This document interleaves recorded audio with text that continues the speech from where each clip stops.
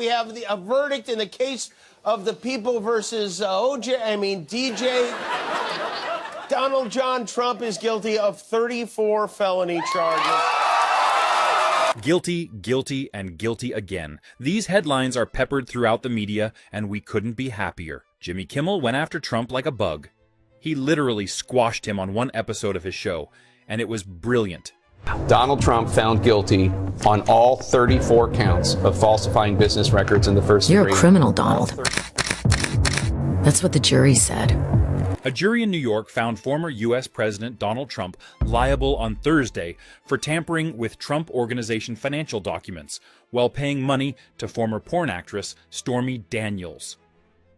Trump was found guilty on all 34 charges.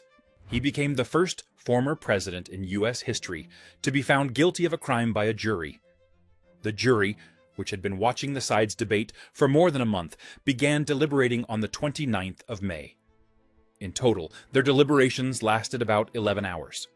The jury, consisting of 7 men and 5 women, had to reach a unanimous decision on each count. Judge Juan Merchan announced that sentencing is scheduled for the 11th of July. It will thus take place 4 days before the Republican Party's National Convention, which will be held from the 18th of July in Milwaukee, Wisconsin. There, Trump must be officially approved as a candidate for the U.S. Republican presidential nomination. According to the rules of American legal procedure, the accused had to stay in the courthouse all the time while the jury was deliberating. After the verdict was announced, Trump reiterated his innocence and called the verdict a disgrace. The reason for the investigation against the former U.S. president was the publication of the Wall Street Journal in January 2018. According to its data, a month before the Republican won the presidential election in 2016, his lawyer, Michael Cohen, paid Daniels $130,000 so that she did not spread information about the connection with Trump about 10 years ago. Poor Donald Trump, 7 weeks of sleep farting, all down the drain, all for nothing. You do have to hand it to him. No president has ever been convicted more than Donald Trump. Jimmy's right. So much wasted time. It was clear from the start that he was hopeless and would lose this case. But the judge's verdict will be announced on the 11th, and we'll be looking forward to seeing Trump put behind bars. Ahead is the judge's decision on whether or not to send Trump to jail. That's the twist of the case now. The fact that Trump has been found guilty is a legal fact, and now only on the will of the judge depends on what punishment he will be given. And this will be known on the 11th of July. On that day, Judge Juan Merchan has scheduled Trump's sentencing. At this point, the former president will remain at large pending sentencing. He's running for president, and nothing will change from this judgment. People in our country need him because, frankly, that's more important than anything other people think. Our people are speaking out clearly, they're making donations, however modest, and they're stepping up because they're afraid, because we can't let something like this happen to us, the lawyer said. Trump himself said he was fine with the prospect of serving jail time or being under house arrest. I don't think the public will stand for it. I'm not sure the public would support that. I think the public will have a hard time accepting, there's going to be a tipping point at some point, the old fart suggested. It will be a rout if our president rules the country sitting at home or in jail. He will not be able to pardon himself if he wins the election. That right is held by the governor of the state where the case is filed. The current prosecution was tried in a New York court, a state headed by Democrat Kathy Hochul, who praised the guilty plea. Today's verdict confirms that no one is above the law. The other case is before the court in Florida, whose governor is now Ron DeSantis. He ran against Trump in the Republican primary. In theory, Trump could be stripped of his powers under the 25th Amendment, which mandates that they be transferred to the vice president if the head of state is unable to exercise the powers and duties of his office. This would require the consent of the vice president and a majority of cabinet members, who, however, would be appointed by Trump himself. But none of this will happen, and there's no need to freak out unnecessarily. This was a disgrace. This was a rigged trial by a conflicted judge who was corrupt. It's a rigged trial, a disgrace. In recent months, Donald Trump has actively used his public appearances and social media to accuse judges of corruption and bias. His rhetoric is aimed at discrediting the judiciary and undermining trust in justice. Trump claims that the judges hearing his cases are allegedly bribed and acting out of political motives rather than in the interest of justice. However, he ignores a key fact. He was found guilty by a jury, not judges. The recent decision by a jury of ordinary citizens was made after careful consideration of the evidence and arguments of both sides. This emphasizes the objectivity and independence of the verdict. Nevertheless, Trump continues to question the integrity of the trial, claiming that the entire process is rigged and unfair. Such tactics by Trump have far-reaching consequences. His statements undermine public confidence in the judicial system and create a climate of distrust and polarization in society. This is particularly dangerous in a context of political tension, where stability and faith in the fairness of institutions are critical. Meanwhile, despite his attempts to discredit the court, the fact remains that he was found guilty on the basis of the evidence presented and the jury's decision. By continuing to ignore this aspect, Trump is attempting to shift the focus from his own misdeeds to the alleged problems of the judicial system. This strategy may be successful in the short term, but in the long term, it only deepens divisions in society and undermines the rule of law. I have bad news. The only thing you're going to be fighting to win is the Jell-O cup on your prison cafeteria tray. 34 felony charges. That's 34. That's 34. That's 34, folks. In light of all these circumstances, it is becoming increasingly clear that Donald Trump will never be president again. His constant attempts to discredit the judicial system and evade accountability only undermine his own reputation and diminish his chances for a political future. Each new attack on judges and juries demonstrates his inability to admit his own mistakes and accept the consequences of his actions. Public confidence in Trump is plummeting. Many of his supporters are beginning to realize that his endless accusations and attacks on justice have no real basis, but serve only to divert attention from his own misdeeds.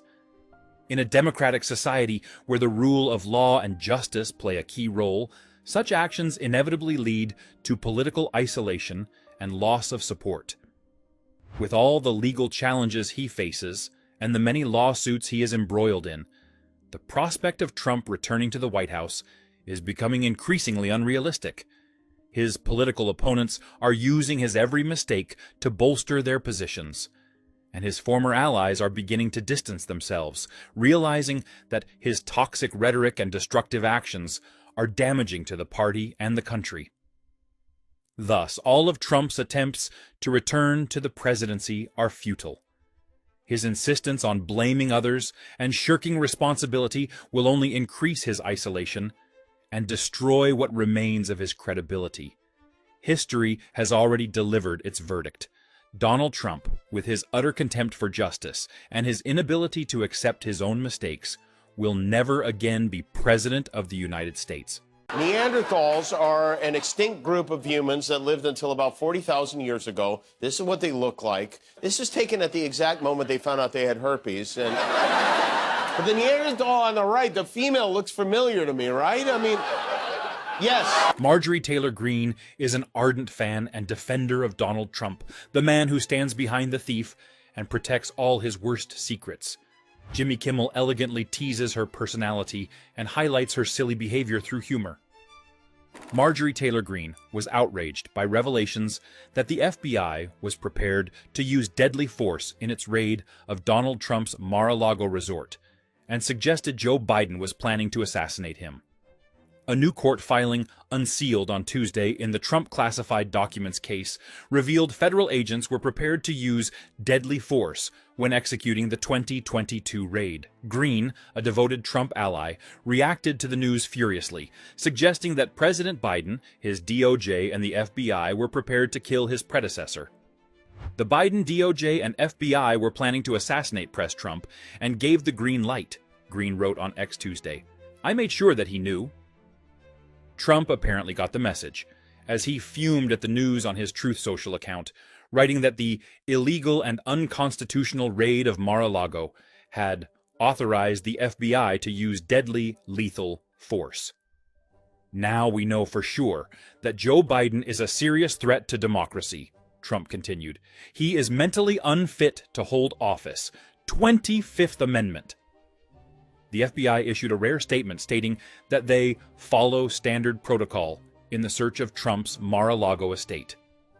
The FBI followed standard protocol in this search, as we do for all search warrants, which includes a standard policy statement limiting the use of deadly force. No one ordered additional steps to be taken, and there was no departure from the norm in this matter, they told ABC News. The former president was at his Bedminster Golf Club in New Jersey on August 8, 2022, the day of the raid. He also sent out a fundraising email with the subject line, "They were authorized to shoot me." Green wondered where the permissions of the raid would have stopped. Were they going to shoot Secret Service, then press Trump, Melania, and Barron too? She used the news as another feather in her cap for attacking Republican Speaker of the House Mike Johnson.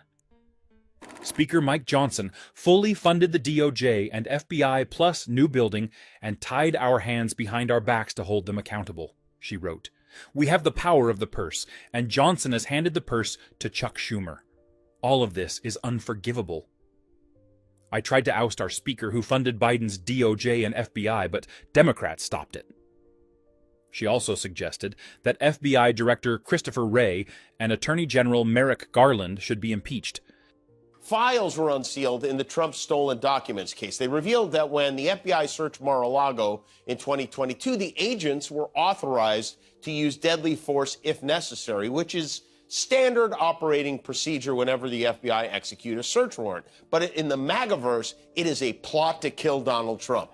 Jimmy highlighted the stupidity of Trump supporters for whom the standard operating procedure is to target assassination. Isn't that stupid? They're just drawing attention to themselves. That raid on the ex-president's home ended with the FBI seizing hundreds of documents containing classified information. Trump, 77, is now criminally charged for mishandling top-secret documents taken to his Florida estate after he left office. In the former president's motion challenging the legality of the FBI's raid filed in the U.S. District Court for the Southern District of Florida.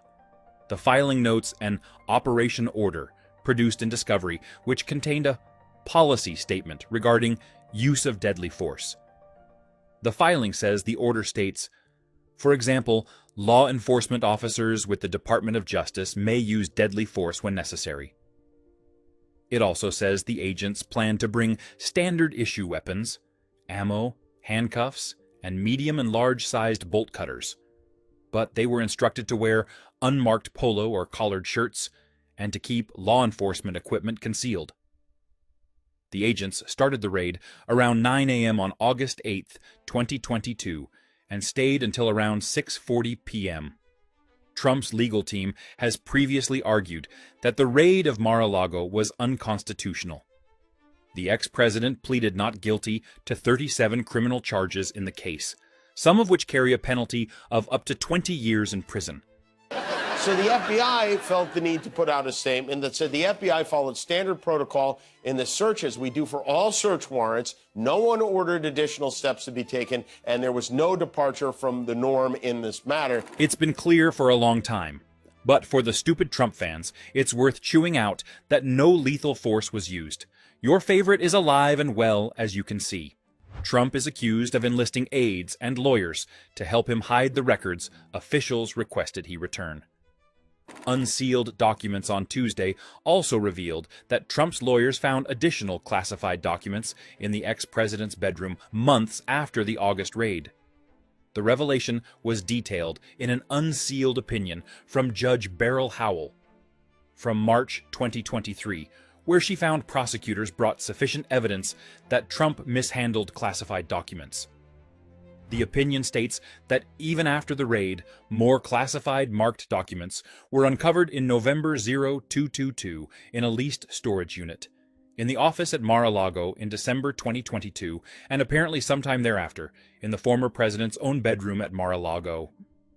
The judge wrote further down, Notably, no excuse is provided as to how the former president could miss the classified marked documents found in his own bedroom at Mar-a-Lago.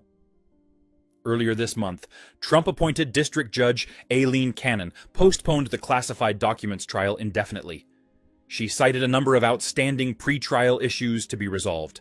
Fox News alert, a major bombshell in the Trump documents case. The FBI authorized the use of deadly force. The Department of Injustice effectively put a shoot-to-kill order on the corrupt raid of Mar-a-Lago. So they were, in essence, prepared to shoot and kill former President Donald Trump? In recent years, the Republican media have played a key role in shaping public opinion around Donald Trump, despite the numerous scandals and controversies surrounding his personality and political career. The constant justification of Trump's actions and decisions has become a hallmark of many right-wing conservative publications and TV channels. One of the Republican media's main tools is to focus on the positive aspects of Trump's policies, such as economic growth and lower unemployment in the early years of his presidency. However, they often gloss over the many scandals associated with his administration and his controversial statements that have drawn criticism both at home and abroad. When Trump faces allegations of law-breaking or unethical behavior, the Republican media is quick to come to his defense. They often refer to such accusations as part of a witch hunt or a political campaign by Democrats to discredit Trump. This gives audiences the impression that Trump is the victim of unfair attacks rather than a politician responsible for his actions. Some right-wing conservative publications are also actively spreading conspiracy theories to divert attention away from Trump's problems. They tend to exaggerate Democrats' mistakes and downplay Trump's shortcomings, thus creating a distorted picture of reality. This approach helps maintain a high level of loyalty among his supporters, despite the obvious problems and failures of his administration. It is also important to note that Republican media often use emotional and aggressive communication methods to evoke strong feelings of support for Trump in viewers and readers. They create an image of Trump as a defender of traditional values and a fighter against the deep state, which resonates with a conservative-minded segment of society. Thus, despite ample evidence of unethical behavior and policy failures, the Republican media continues to exonerate Trump using various manipulation and propaganda tactics. This helps to maintain his influence in politics and strengthen his base of supporters, even if it goes against reality. And then we have Brother Eric, who took his look at me, Dad, please look at me act to Hannity. They have charged my father with 34 felony counts. It's been what they've been doing to my father since he came down that escalator. I've been by my father's side almost the entire time. My father's been censored. My father, that man right there on the stage, my father didn't do a damn thing wrong. He's a great president, he's a great person, he's a great father.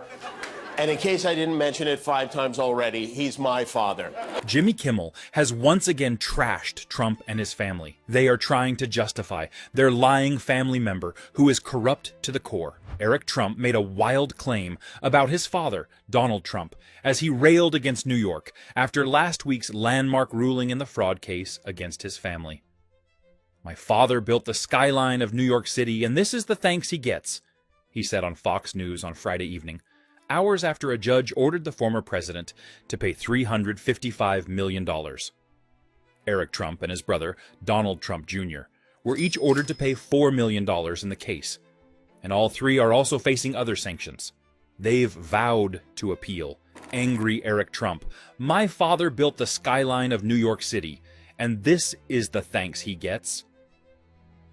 Donald Trump owns or manages several buildings on the New York City skyline. Some, such as Trump Tower, were built for him.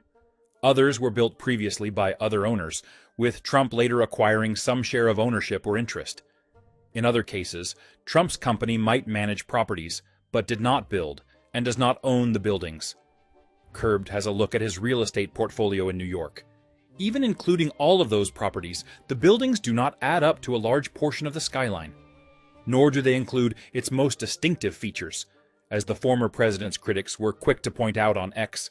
This is funny for 2 reasons. 1, Trump in no way built the skyline of New York City, and 2, The suggestion that Trump conducted any business, anywhere, at any time, for any reasons other than selfishness or economic self-interest. Like he deserves NYC's gratitude? Jimmy is surprised at how deceitful people can be to try to justify his thief and rapist father for so long. The youngest son of the former president has long been unwilling to see his father, unlike the eldest. Trump or his team, someone shared this video on Truth Social last night. What happens after Donald Trump wins? What's next for America? Okay, if you zoom in, you can see they slipped in the words, a unified Reich. As the geniuses say, it's in the little things that all the mystery lies. Jimmy's focus on this is not in vain, because Trump's post-victory plans are truly horrific. Former U.S. leader Donald Trump has said he will close the U.S. southern border and stop the flow of migrants from Mexico after winning the upcoming presidential election. On the first day of my new administration, I will seal the southern border, put an end to this invasion, Trump said at a rally in the state of New Jersey, where 100,000 people gathered, according to U.S. press estimates. The politician also promised to send the illegals, whom he called allies of U.S. President Joe Biden, home where they belong. A dubious idea, just like his building a wall on the border. He poured a huge amount of money into an empty fence that migrants ended up walking through. To me, his plan is doomed. Trump may make many unexpected and even sensational statements, such as that he will allow Russia to attack a NATO member state that does not pay enough for the alliance's defense. Trump's recent comments about Russia and NATO also drew a rebuke from alliance chief Jens Stoltenberg, who said it could jeopardize the lives of U.S. and European soldiers, but expressed doubt that the U.S. would leave the bloc. But there are some of the campaign promises that Trump has repeated most often during the campaign. NATO was busted until I came along. I said, everybody's going to pay. They said, well, if we don't pay, are you still going to protect us? I said, absolutely not. They couldn't believe the answer. And everybody, you never saw more money pour in to Secretary General Stoltenberg. Well, I don't know if he is anymore, but he was my biggest fan. He said, all these presidents came in, they'd make a speech, they'd leave, and that was it. Our former president has proposed a tough approach to international relations, floating the idea of a universal 10% tax on all goods coming from countries outside the U.S. in an attempt to prioritize domestic production. The biggest fear in Brussels is that Trump will significantly reduce the volume of EU-U.S. trade relations. The European Union is working on a formal assessment of what a Donald Trump presidency would look like, and planning how to respond to any punitive trade measures that could hit the bloc if he wins the U.S. election. Brussels notes that the former U.S. president's rhetoric towards the European Union has become increasingly aggressive. As far as I am concerned, this man will destroy all our alliances around the world, and now we will be a closed country ruled by an embittered dictator. What else does this man have to do for people to see what he is? Just grow the mustache? What if he grew the mustache? What if he grew a little blonde Hitler mustache, started strutting around with his arm out straight? You think it would have any effect? How many of his supporters do you think would say, all right, that's too much for me? I guess maybe 10. Trump's supporters certainly deserve separate attention. Their loyalty is off the charts because in 2021 and now, they keep knocking on an empty door. What they don't realize is that they are doing more and more stupid things every day. Donald Trump's second term as president raises serious concerns about the future of the United States. Despite his promises to make America great again, his previous term demonstrated a number of problems that would only be exacerbated if he were reelected. Firstly, Trump has established himself as a politician who divides society rather than unites it. His rhetoric often sows discord and hatred, leading to increased internal conflict and polarization. This not only hinders constructive dialogue, but also weakens democratic institutions, creating the ground for political instability. Second, its approach to foreign policy has shown inconsistency and unpredictability. In an era of global challenges such as climate change and international conflicts, the U.S. needs stable and prudent leadership. However, Trump has repeatedly undermined the trust of allies and increased tensions with adversaries, which could lead to further deterioration of international relations. Third, his economic policies, despite short-term successes, have left behind significant problems. Rising public debt, income inequality, and weak social support could worsen if Trump retakes the presidency. His favoring the interests of large corporations over the needs of the middle class and poor threatens the long-term stability of the country's economy. Finally, it is worth remembering his repeated attempts to undermine the credibility of the electoral system and the media. These actions jeopardize the foundations of American democracy by undermining citizens' faith in the fairness and legitimacy of the electoral process. Thus, the re-election of Donald Trump could lead to an intensification of the internal and external challenges facing the U.S. The country needs leadership that can unite the people and lead them to prosperity, rather than creating new conflicts and divisions. What do you think about all this? Write your opinion in the comments, and don't forget to watch other shocking news on the channel.